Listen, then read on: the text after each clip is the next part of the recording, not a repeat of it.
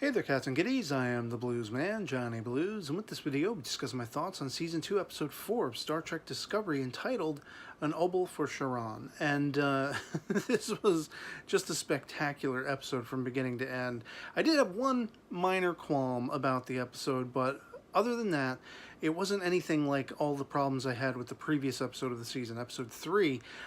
This one, much like the first two episodes of season 2, knocked it out of the park. It was another home run, writing-wise, characterization-wise for me, beginning with Rebecca Romijn showing up as number 1. Now, I guess you could say I had two minor qualms. The first one being that we only saw her in, the sort of pre-credits opening sequence very briefly and whatever like that. I would have loved to have seen her stick around a little longer. I like that she was here on integral business to do with the mystery surrounding Spock, and we saw her carrying sort of a modern iteration of the old school Star Trek TOS pads, with all the information on it for Pike and everything like that. She orders a giant cheeseburger and spicy sauce and whatever. And it's cool. I love that they referred to her as number 1. Pike did. And there was an aspect of like old school Star Trek in the transition when we go to the briefing room sequence with all of the, main, well, not all of them, but most of the main characters on the bridge crew characters. I absolutely loved that. As soon as I saw that, it was like I split an ear-to-ear grin, because I was like, okay, this feels like proper Star Trek. This is the legit article, the genuine article, and they're everything they're discussing about these angelic beings and cross-referencing everything they have, all the data they have of anything even remotely being similar and nothing coming up as a match. That entire roundtable discussion, I loved it. Of course, we get the tipping of the hat that Saru is unwell. And it came a little bit precursor to them actually finding that giant sentient sphere in space, which when they finally did, it reminded me very much of the TOS episode Corbomite Maneuver, and a little bit of one of my favorite episodes of Star Trek Enterprise, actually, and I think I made comparisons along these lines talking about episode 2 of the season thus far. But one of my favorite episodes was Vox Sola, where they encounter this sort of squid-like, very nasty, goopy kind of, sentient thing that's like screaming and screeching out at them. And eventually Hoshi Sato realizes it's probably trying to communicate. And so then she and T'Pol have to powwow back and forth and try to figure out sort of numerically, through mathematics, how to maybe come up with some kind of way to communicate with this thing. It ends up holding Archer and Trip Tucker and like another character hostage, knocks them out and everything like that. And we had elements like that in this episode with the whole spore entity, whatever it was that had, been ripped out of Tilly's body, but then of course it's still floating around, much as was my speculation talking about the previous episode. I was like, I don't think they were quite done with that. I wasn't sure.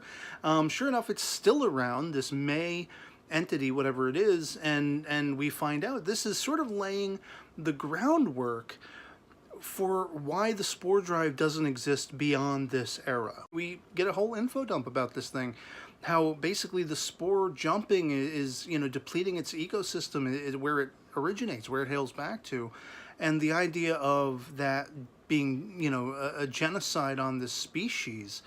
There's a whole sentient species out there that we are killing en masse, but the aspect of like, taking over somebody's body, we see this thing grappling onto Tilly's arm, and it's got hallucinogenic properties, trying to maybe mellow her out or make her more submissive to suggestion and that kind of thing, open to suggestion. And so it's kind of got that in common with the Voxela episode, because you had Archer and Trip, succumbing to this thing. It was grappling onto them, connecting to their synapses and trying to communicate through them, but failing to do so. And so with this episode of Discovery, they sort of broke it up half and half. We have this giant spherical entity that's trying to communicate with us. We have this spore entity that's trying to communicate with us. Of course, they had a clearer line of a dialogue with the spore entity after a while, after Tig Notaro's character, Jet, figures out and helps Stamets figure out ways to work that about.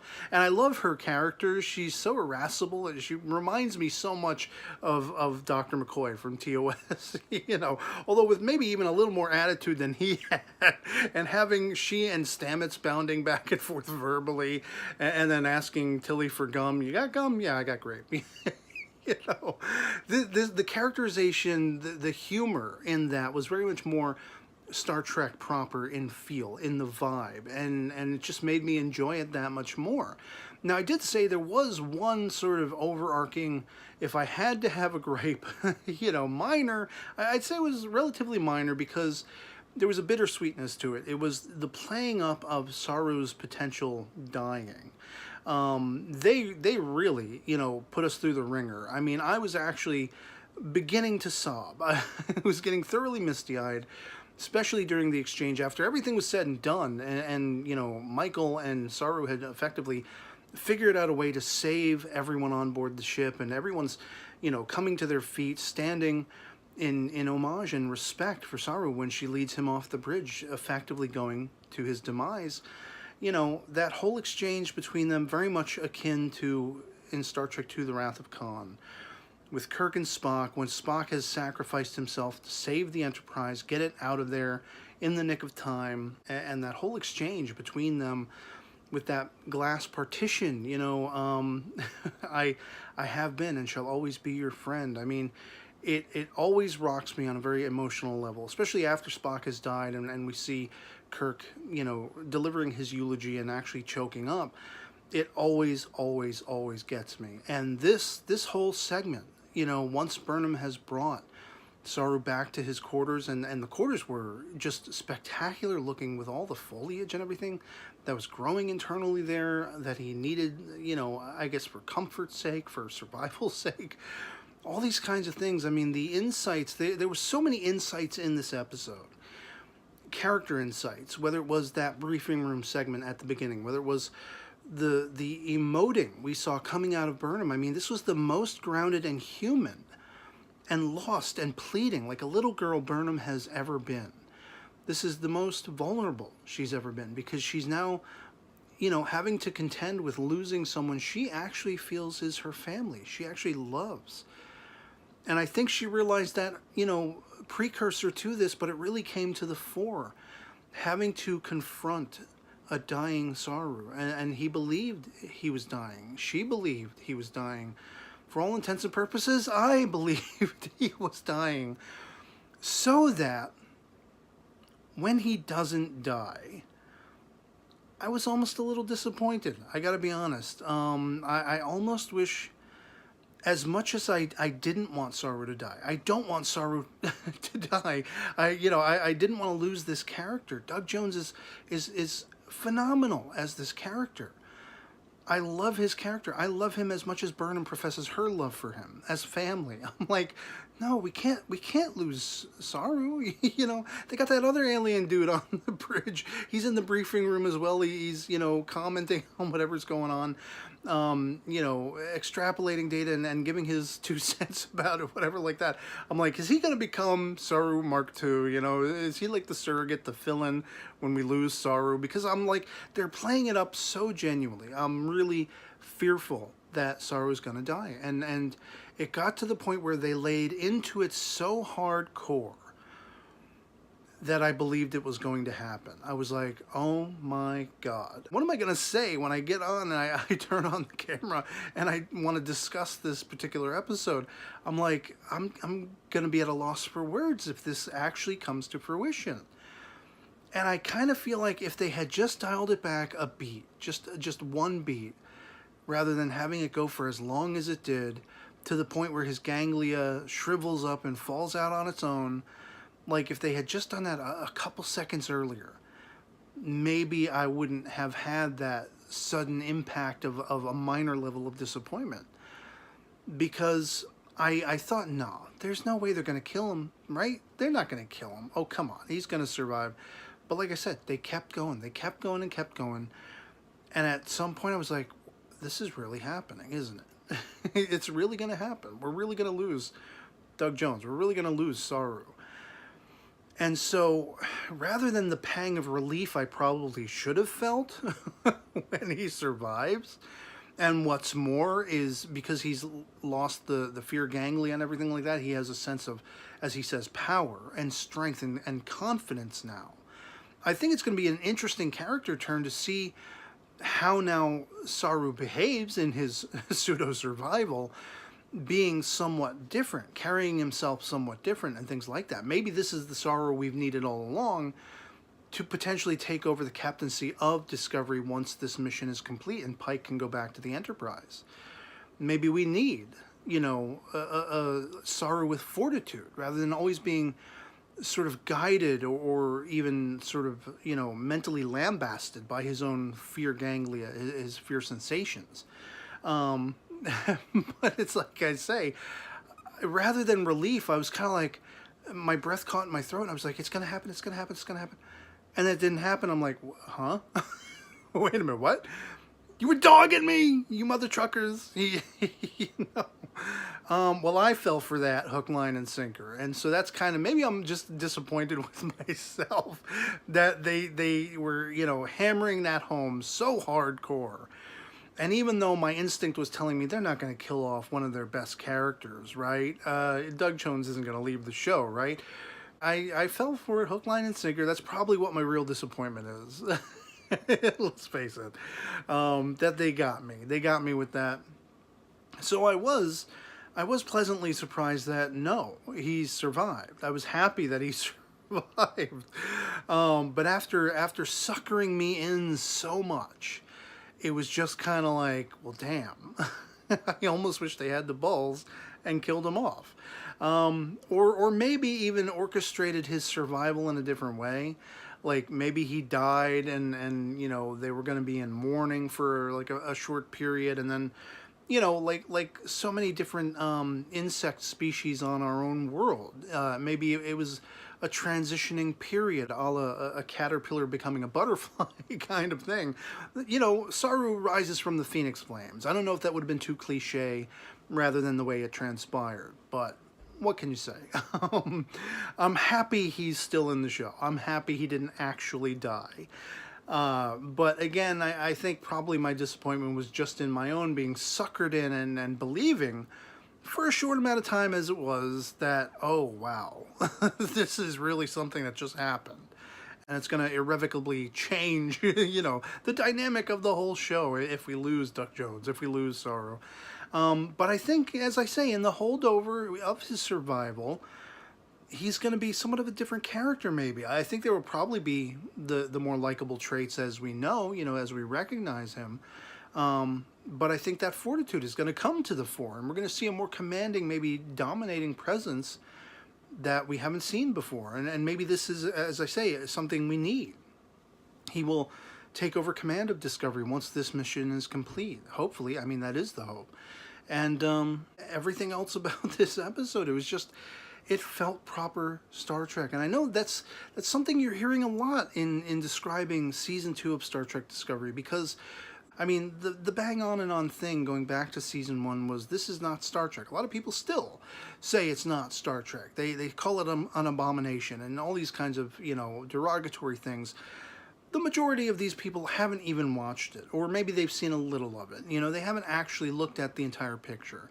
And I'm a Star Trek fan. I like all iterations of Star Trek, even the bad ones, even, the odd number movies that don't do so well. I mean, Star Trek V, The Final Frontier, is said to be the worst, or one of the worst. And there are still redeeming values that I find, and I can pick out of it.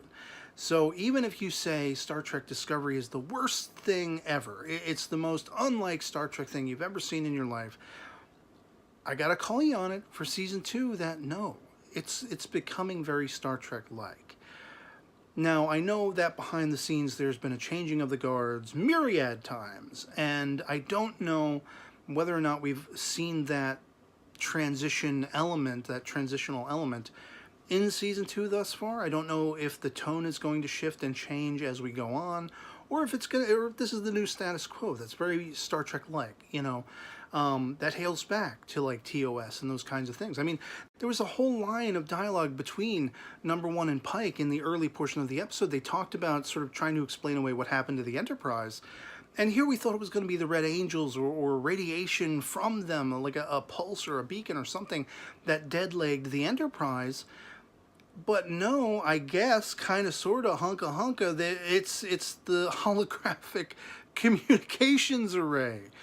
And so Pike is like, oh, great, you know, he warned me ahead of time. We tried to fit the whole ship with this thing, and it ended up dead-legging all the systems. Get it out of there, you know, just get every part and parcel the hell out of my ship. We'll just go back to view screens. So it's, again, some of this corrective dialogue that we're seeing, the D7 Klingon ship in the previous episode, and the idea that the Klingons are growing their hair back because they shave it in times of war and all this kind of stuff. This is a corrective bit of dialogue where it explains why the holographic communicational interfaces weren't seen, at least on the Constitution-class ships of the TOS era and such like that. It existed, but it had very many problems in the way it was trying to be integrated into the ship's systems and such like that. And it's, you know, it's a little tongue-in-cheek. It's a little wink, nod. We're trying our best to realign all of this stuff and get it back on course with where it ought to be going, with the way things ought to be looking and you know, interacting with, as far as the tech goes and the visual goes and that visual continuity. And I appreciate that. I give them an A for effort, no holds barred. I enjoyed that little bit of dialogue. I enjoy these little nods along these lines. And by the end of the episode, we're left with, hey, we know where Spock is going. We know where he's heading. We almost lost his, you know, warp signature, but we ended up being able to, through the information passed on by this giant spherical entity, whatever it was, we were able to pinpoint where he is. Let's go after him. So I'm hoping maybe we're going to see Spock soon. It looks like via the preview for the next episode. I don't think we can expect that unless it's like to the very end, the tail end of the episode, once whatever's going on in the episode itself, which seems to have everything to do with Tilly and this spore, you know, mycelial network, whatever it is, entity. They talked all about it in this episode, and I don't remember one iota of what the description was as Stamets tried to, you know, speak to it and find out, learn about it, whatever. I'm going to have to go back and learn all of that information, that kind of thing, because I only just watched the episode. I only just got done watching the episode. So it hasn't sunk in yet. All of that, whatever the creature is, where it hails from, and that kind of thing.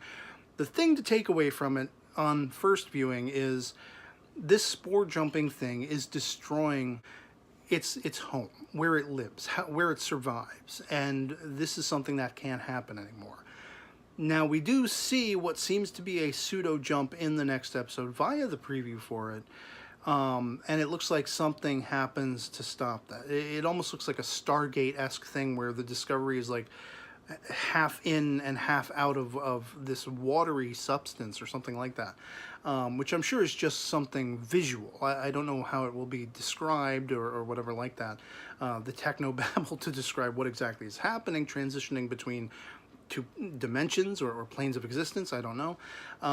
But it definitely seems like this is a very problematic thing, and it's going to be something that needs to be ceased. And that's probably, as I say, laying the foundation for why it doesn't survive beyond this era. Similarly with the holographic, you know, interface, the communicative interface there. It's problematic on, you know, Constitution-class ships, so that's why it's not in TOS. It might exist elsewhere, you know, it might be a Starfleet or Federation-wide thing where they're like, okay, quit using this stuff because there's more bad than good that comes along with it. We have to perfect it and you know, make it work right before we can do this anymore and integrate it into our ships. It doesn't seem to affect Discovery, so it seems like there will be ships where those kinds of things will exist, but it won't exist on a Constitution class because it's a clash. It's not working. It's not, you know, well integrated or capable of being so integrated, and so that it's flush and without problems. And as I say, I appreciate those little nods. I thought it was really cool. And overall, that's my summation of this episode. It was really, really cool. Barring that little minor upset that we didn't have more of number one in the episode, And that other little minor upset that they suckered me in thinking Saru was actually well and truly going to die. And then he didn't, which I was hoping he wouldn't, and I didn't expect that he actually would, but still, they hammered it home so hardcore that I was sopping wet from the eyes. I was like, oh my god, it's actually happening. Oh wow, no, it's not. No it didn't.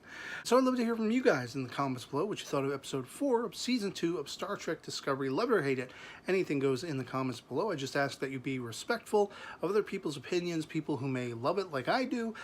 You feel free to air your frustrations or your dislike for it, but just be respectful and respectable in how you do and how you engage with others. And if you enjoyed this video and would like to consider supporting my channel, I'd like to ask you to have a look at my PayPal contribution link posted both in the description as well as the comments below, which affords you opportunities very much akin to Patreon, where you can set up a monthly contribution, a one-time only kind of thing, send me a personal message alongside a contribution requesting topics I may discuss in the future, ask for shout-outs, make recommendations of things I could check out, and it would be a direct line of support to me to keep up my longevity on YouTube, and it would be very much appreciated if you considered doing that. And anything you saw fit to send my way would just be 2 thumbs up for me. And so yeah, otherwise, until the next one, that'll be pretty much it for me on this. Hope this video finds you well, and I'll catch you all later. Live long and prosper.